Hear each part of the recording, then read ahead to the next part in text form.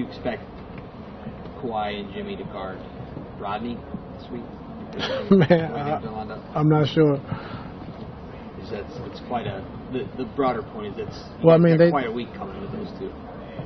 Yeah, they've been starting small. I mean, it's been their most consistent lineup. They're playing Ibaka at the 5 and Kawhi at the 4. So I don't know how they're going to match up. I really don't. I don't know who they're going to start or who they're going to play. So we'll see. Ty, now that you're so close to the season starting, what are the biggest questions you still feel that you have to be answered? No questions. I just think that we got to be a high executing team. Got to be in shape. Got to be able to play with pace, but also understand how to play the game of basketball. When they take the first or second option away, how to continue to keep playing. So that's going to be the biggest thing this early on in the season. Any idea how the defense? I mean, I think that's a big part of it too. How the defense is coming along? Do you think you have a long way to go there, or how do you feel about it? I mean, I think we got to continue to keep teaching and keep learning. I think we're going to make some mistakes, but if you play hard and you communicate, I think you can cover up for a lot of mistakes you make. So the way teams are playing now, they put you in a lot of tough positions defensively. So if you communicate and talk and you give the multiple effort and the maximum effort, then you can cover up for a lot of mistakes. So we will get better with that. Do you have to give some kind of overarching, this is the start of the season speech? No. Anything like that? Or anything about, you're going to start in Toronto, it's going to be crazy, and it's Kawhi's first game, and then Friday, apparently Jimmy's going to play for the Timberwolves in their home opener. It's not about them. It's about us, about what we do, what we need to do to continue to keep getting better each night. Like I said, playing some younger guys now, and they're going to make some mistakes, but they got to continue to get better and learn from it. So, we're not really impressed on who we're playing, Toronto, Minnesota, whoever. It's about us and continue to keep getting better. What have you asked of Kevin? A couple of key things, maybe besides the fact he rebounds well or something? Just being aggressive, scoring the basketball, but being number one option. A lot of responsibility comes with making your teammates better, and he's capable of doing that with his passing ability, his ability to demand and command double teams.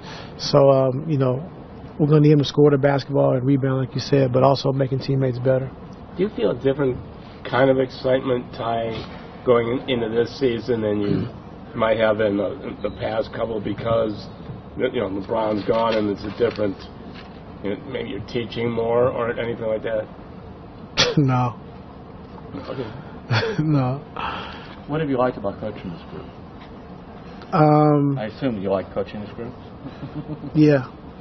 I saw you smile when that's why I figured that. No, what did you like about it? Just the teaching part of it. I think can never assume they know, and even the smallest things. With the young guys, you gotta make sure you teach them and make sure you show them. And you can never assume they know exactly what you're talking about.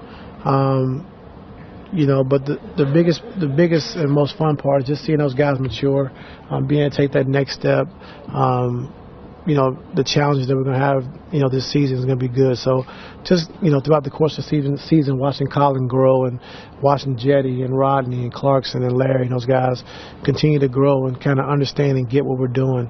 It's going to come a point in the season where we're like, okay, we know exactly what we're doing and what we're trying to do. So that's probably the most exciting part about it. So do you expect to be better in the second half of the season than in the beginning? No, I think we'll be good. We'll be okay. I don't think it's going to be like we're going to wait till the second half to be good. Like we got a chance to be good now, and it's about our approach. It's about our mentality. And like I said, we have a good team that has a good mixture, a good nucleus of older guys and younger guys. So we're very versatile. Guys can play multiple positions.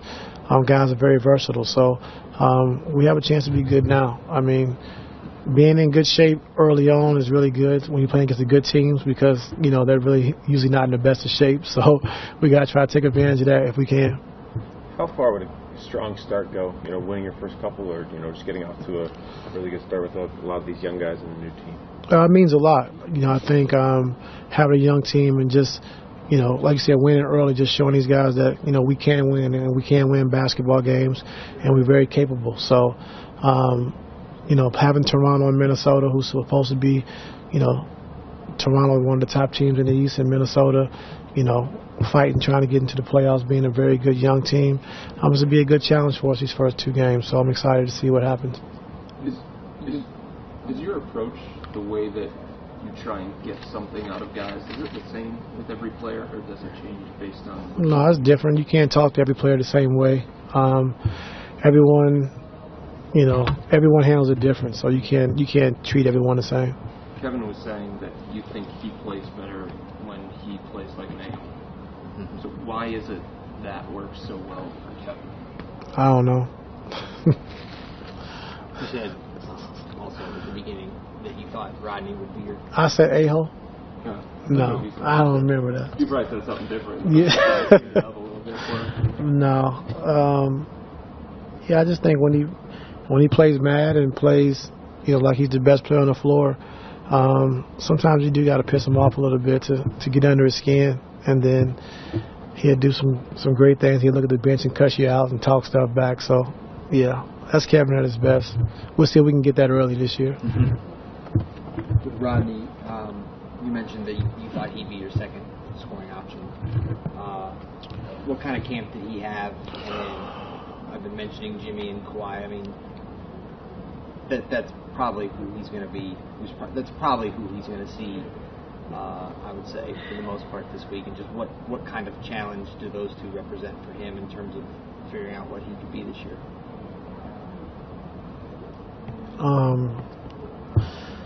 Kawhi, I think Jimmy, both are, two fierce competitors. They both can, two-way players can defend on the other end. Just trying to be probably physical with Rodney, trying to take him out of the spot, get him out of his comfort zone.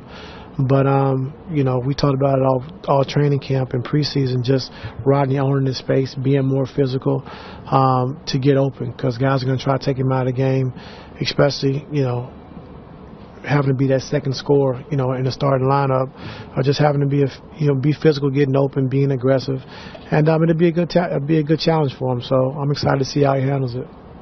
How's Nance's ankle coming along? I don't know. Did he practice today? No. The other night when Rodney was going I think he went to the line 8 times or 10 times, whatever it was that some of what you were just talking about now, being more physical and aggressive? Yeah, just get into the paint, attacking the basket, and he did a great job of that. I thought, like you said, the last game against Detroit, getting into the paint, getting fouled, getting to the free throw line, and that's how we need him to play, being aggressive and making things happen. But also, with that comes responsibility of, when guys are open, you got to make the right play.